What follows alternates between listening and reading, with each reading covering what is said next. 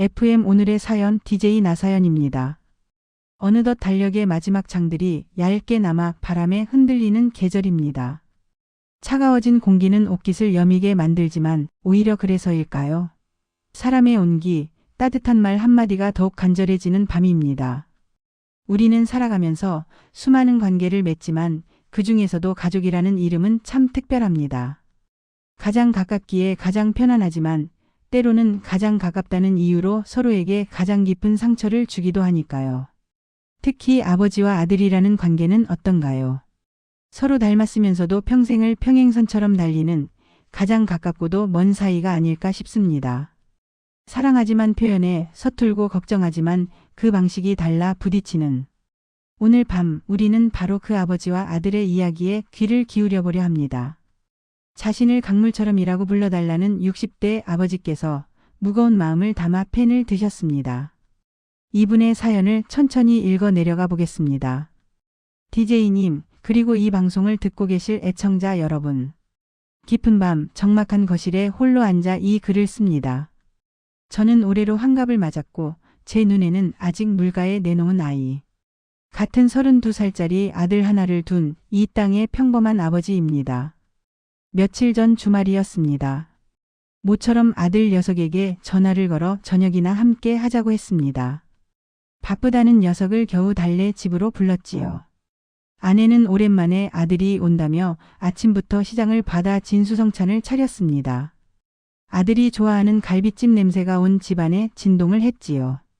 퇴근하고 돌아온 아들 녀석은 피곤한 기색이 역력했지만 그래도 밥상머리에 마주 앉으니 그간의 서먹함도 잠시 잊히는 듯 했습니다. 제가 반주로 소주 한 병을 꺼내 잔을 채웠습니다. 그래, 요즘 일은 할만하냐? 힘들지는 않고? 의례적인 질문을 던졌지요. 녀석은 그저 그냥 그렇죠 뭐. 하고 술잔을 비웠습니다. 그렇게 두어 순배 술잔이 돌고 아내가 과일을 깎으러 잠시 주방으로 들어간 사이였습니다. 아들 녀석이 머뭇거리더니 폭탄 같은 말을 꺼냈습니다. 아버지, 저 회사 그만두려고요. 순간 제 귀를 의심했습니다. 뭐? 어딜 그만둬? 되묻는 제 목소리가 저도 모르게 날카로워졌습니다. 녀석은 제 눈을 피하며 말을 이었습니다.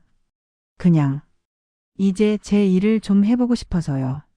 대학 동기 녀석이랑 푸드트럭 그거 한번 해보려고요. 메뉴도 다 정했어요. 요즘 그게 또. 그 다음부터 녀석이 하는 말은 제 귀에 하나도 들어오지 않았습니다. 푸드트럭이라니요. 남들 다 부러워하는 대기업 이름이 박힌 명함을 내려놓고 길거리에서 트럭 장사를 하겠다니. 제 머릿속이 하얗게 변하는 것 같았습니다. 그 녀석, 그 회사 들어가려고 대학 4년 내내 코피 쏟아가며 도서관을 지켰습니다. 20곳이 넘는 회사에 이력서를 넣고 번번이 낙방에 쓴 잔을 마시면서도 아버지, 조금만 더 해볼게요. 하던 녀석입니다. 그렇게 어렵게 들어간 직장을 이제 와서 고작 트럭 장사 때문에 내던지겠다니요. 제 속에서 무언가 울컥 치밀어 올랐습니다. 저는 애써 화를 누르며 타일렀습니다. 아들아, 내가 아직 세상을 몰라서 하는 소리다. 지금이 어떤 세상이냐. 밖은 전쟁터야. 꼬박꼬박 월급 나오는 안정적인 직장이 최고다. 더구나 너도 이제 결혼 생각해야 할 나이 아니냐. 어떤 처자가 트럭에서 일하는 사내에게 선뜻 시집을 오겠다고 하겠니. 제 딴에는 인생 선배로서 아버지로서 현실적인 조언을 한다고 생각했습니다. 하지만 아들 녀석의 표정은 제 말을 들을수록 더 굳어져 갔습니다. 아버지는 항상 그러셨어요. 안정. 저는 아버지가 말씀하시는 그 안정적인 삶이 하나도 행복하지가 않아요. 매일 똑같은 시간에 일어나서 똑같은 지하철을 타고 상사 눈치 보면서 월급 날만 기다리는 그런 기계 같은 삶 더는 못하겠어요. 실패하더라도 제 이름 걸고 제 일을 하고 싶어요. 그 제 일이라는 말이 어찌나 철없고 한심하게 들리던지. 결국 제가 참지 못하고 언성을 높이고 말았습니다. 내가 뭘 안다고 그래. 배부른 소리 하고 있네. 내가 내 나이 때는 말이야. 가족들 입에 풀칠하느라 하고 싶은 거 먹고 싶은 거 다 참아가면서 살았어. 너 하나 번듯하게 키우려고 내가 얼마나. 거기까지 말했을 때 아들 녀석이 자리에서 벌떡 일어났습니다. 녀석의 눈가가 시뻘겋게 달아올라 있었습니다. 또 그 소리세요. 아버지가 절 위해 희생하신 거 알아요. 감사해요. 그런데 그게 왜 제 발목을 잡는 족쇄가 되어야 하는데요? 저는 아버지처럼 살고 싶지 않아요. 아버지의 기대를 채우는 인형으로 살고 싶지 않다고요. 이놈 자식. 저도 모르게 손이 올라가려는 것을 주방에서 뛰쳐나온 아내가 겨우 막아섰습니다. 아들 녀석은 저를 원망 가득한 눈으로 쏘아보더니 입고 왔던 외투를 거칠게 낚아채 현관으로 향했습니다. 그렇게 아버지 뜻대로 안 살 거면 당장 이 집에서 나가. 앞으로 나한테 손 벌릴 생각은 꿈도 꾸지 마. 제 고함 소리를 뒤로하고 현관문이 쾅 하고 닫혔습니다. 그 소리가 어찌나 크던지 온 집안이 울리는 것 같았습니다. 아내는 그 자리에 주저앉아 여보 당신은 왜 말을 꼭 그렇게밖에 못해요. 애가 얼마나 상처받았겠어요. 하며 울음을 터뜨렸습니다. 저는 분이 안 풀려 냅둬. 지가 세상 물정 모르고 날뛰는 걸 쓴맛을 좀 봐야 정신을 차리지 하고 소리치곤 안방으로 들어와 문을 쾅 닫아버렸습니다. 하지만 DJ님, 사실 저는 화가 난 게 아니었습니다. 아닙니다. 화가 났지요. 하지만 그 화의 밑바닥에는 지독한 두려움이 있었습니다. 제 아들 녀석이 저처럼 아니 저보다 더 힘겨운 길을 걷게 될까 봐. 제가 겪었던 그 지독한 가난과 실패의 쓴맛을 제 금쪽 같은 아들 녀석도 맛보게 될까 봐. 저는 그게 죽도록 무서웠던 겁니다. 그날 밤 저는 한숨도 자지 못했습니다. 아내의 흐느낌 소리가 방문 너머로 희미하게 들려왔습니다. 새벽녘 답답한 마음에 거실로 나와 찬물을 들이켰습니다. 그리고 무심코 베란다 창밖을 내다보았습니다. 가로등 불빛이 희미하게 비추는 텅 빈 거리. 그 위로 늦가을의 마른 낙엽들이 이리저리 휩쓸려 다니고 있었습니다. 그 힘없는 낙엽의 모습이 꼭 위태로운 제 아들 녀석 같기도 하고 혹은 수십 년 전의 제 모습 같기도 했습니다. 그때였습니다. 문득 아주 오래전에 돌아가신 제 아버지가 생각났습니다. 제 나이 30즈음, 그러니까 지금 제 아들 녀석과 비슷한 나이였을 때입니다. 저는 작은 무역회사 격리과에서 일했는데 회사가 엄사기를 당해 부도 직전까지 몰렸습니다. 월급이 석 달째 밀렸고 당장 다음 달 아파트 대출금 낼 길이 막막했습니다. 갓돌이 지난 지금의 저 아들 녀석은 분유값이 없어 아내가 전전긍긍하던 시절이었습니다. 그날도 그랬습니다. 희망이 보이지 않는 현실의 절망에 밤늦도록 포장마차에서 싼 소주를 들이부었습니다.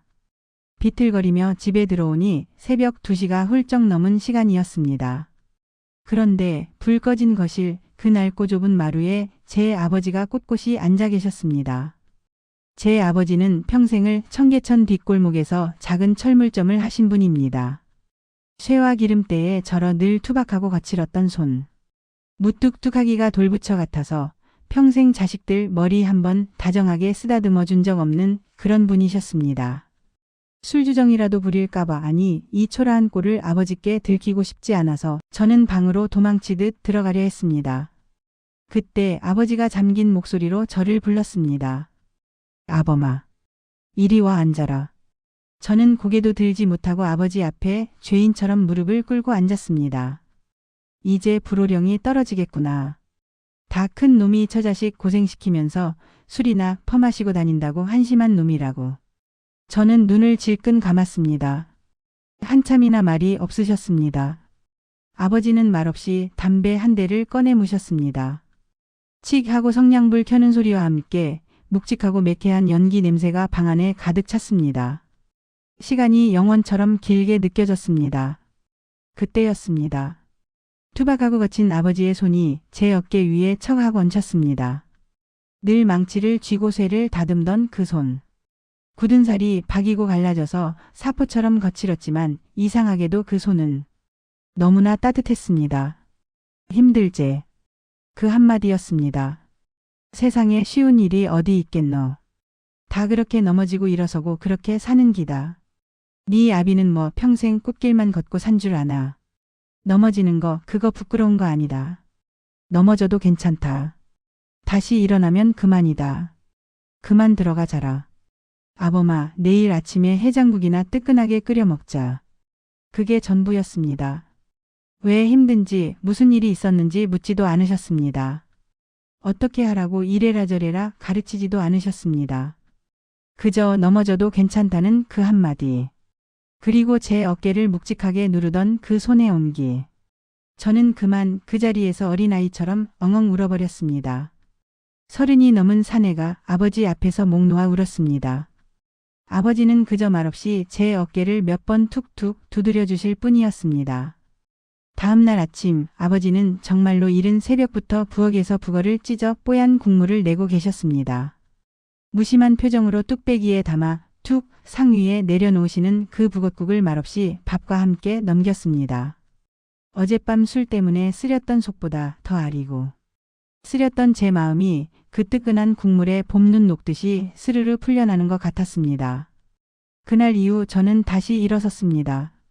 어떻게든 버텼습니다. 다른 일자리를 알아보고 닥치는 대로 몸을 움직였습니다. 아버지가 제게 주신 것은 정답이나 해결책이 아니었습니다. 그것은 바로 제 아들이 어떤 시련을 겪든 스스로 일어설 수 있으리라는 그 굳건한 믿음이었습니다. 그런데 DJ님, 환갑이 넘은 지금의 저는 제 아버지의 그 깊은 마음을 발뒤꿈치도 따라가지 못하는 못난 아비가 되어버렸습니다. 저는 제 아들에게 믿음을 준 것이 아니라 제 불안과 공포를 강요했습니다. 안정적인 길로 가라는 제 걱정 어린 조언은 사실 내가 실패해서 나를 불안하게 만들지 말라는 이기적인 아비의 아우성이었습니다. 제 아들 녀석도 지금 저의 30살 그때처럼 앞이 캄캄하고 막막하고 두려울 겁니다.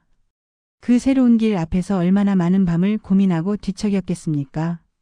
그 녀석에게 정말로 필요했던 것은 제 낡은 경험에서 나온 꼰대의 조언이 아니었을 겁니다. 그저 아버지의 든든한 믿음 한마디. 아들아 힘들제. 그래도 괜찮다. 내가 어떤 선택을 하든 아빠는 너를 믿는다. 내 뒤에는 아빠가 있다. 바로 이 한마디였을 겁니다. 그런데 저는 제 아들이 겨우 첫 발을 내딛기도 전에 그 어깨를 밀어 넘어뜨리고 말았습니다. 아버지께 받았던 그 따뜻한 손길 대신 제 아들에게는 차갑고 날카로운 말에 비수만 꽂아버렸습니다. 창밖으로 어둠이 서서히 걷히고 희미하게 여명이 밝아옵니다. 며칠 전 현관문을 쾅 닫고 나가던 아들 녀석의 그 상처받은 뒷모습이 자꾸만 눈앞에 어른거립니다. 그리고 동시에 수십 년 전 칠흑 같던 절망 속에서 제 어깨를 말없이 하지만 세상 그 무엇보다 든든하게 잡아주시던 아버지의 그 거칠고 따뜻했던 손이 사무치게 그립습니다. 아버지, 보고 싶습니다. 제가 아버지께 그토록 큰 위로와 힘을 얻었던 것처럼 저도 제 아들에게 그런 존재가 되어주었어야 했는데 아버지께 배운 대로 그저 묵묵히 제 아들의 가장 든든한 바람막이가 되어주면 되었을 것을 왜 저는 그러지 못했을까요?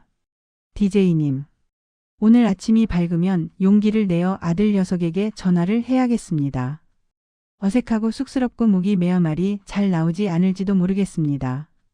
하지만 꼭 이 말을 해주고 싶습니다. 아들아, 미안하다. 아빠가 생각이 짧았다. 내가 하려는 일, 그 푸드트럭인지 뭔지 아빠는 잘 모른다. 하지만 내가 그렇게 하고 싶다면 아빠는 너를 믿는다. 내 인생이다. 마음껏 해봐라. 혹시 하다가 넘어지면 그때는 아빠한테 얘기해라. 같이 북엇국이라도 끓여 먹자. 제 이 서투른 진심이 이 못난 아비의 뒤늦은 사과가 아들 녀석의 마음에 가 닿을 수 있을까요? 언젠가 먼 훗날 제 아들도 저를 추억할 때 아버지께 그랬던 것처럼 저 역시 괜찮은 아버지로 기억되고 싶습니다. 제 사연 꼭 읽어주셔서 감사합니다. 네. 강물처럼 님이 보내주신 아주 깊고 묵직한 사연이었습니다. 아마 괜찮은 아버지가 되고 싶은 마음이 너무나도 크셨기에 아드님이 가시려는 길이 더 위태롭게 보이고 그래서 더 강하게 붙잡으려 하셨던 것은 아닐까 싶습니다. 사연자님의 아버님이 그러셨던 것처럼 그리고 사연자님께서 이미 그 답을 알고 계신 것처럼 자식을 일으켜 세우는 가장 큰 힘은 때로 날카로운 조언이 아니라 그저 괜찮다. 나는 너를 믿는다는 따뜻한 신뢰의 한마디일 것입니다. 아드님은 분명 아버지의 진심을 알아주실 겁니다. 오늘 아침 두 분이 함께 드실 그 북엇국은 세상 그 어떤 진수성찬보다 더 뜨끈하고 든든한 화해의 식사가 되리라 믿어 의심치 않습니다. 두 분의 앞날을 나사연이 진심으로 응원하겠습니다. FM 오늘의 사연 오늘은 여기서 마칩니다. 차가운 날씨에 마음만은 따뜻한 밤 되시기를 바랍니다.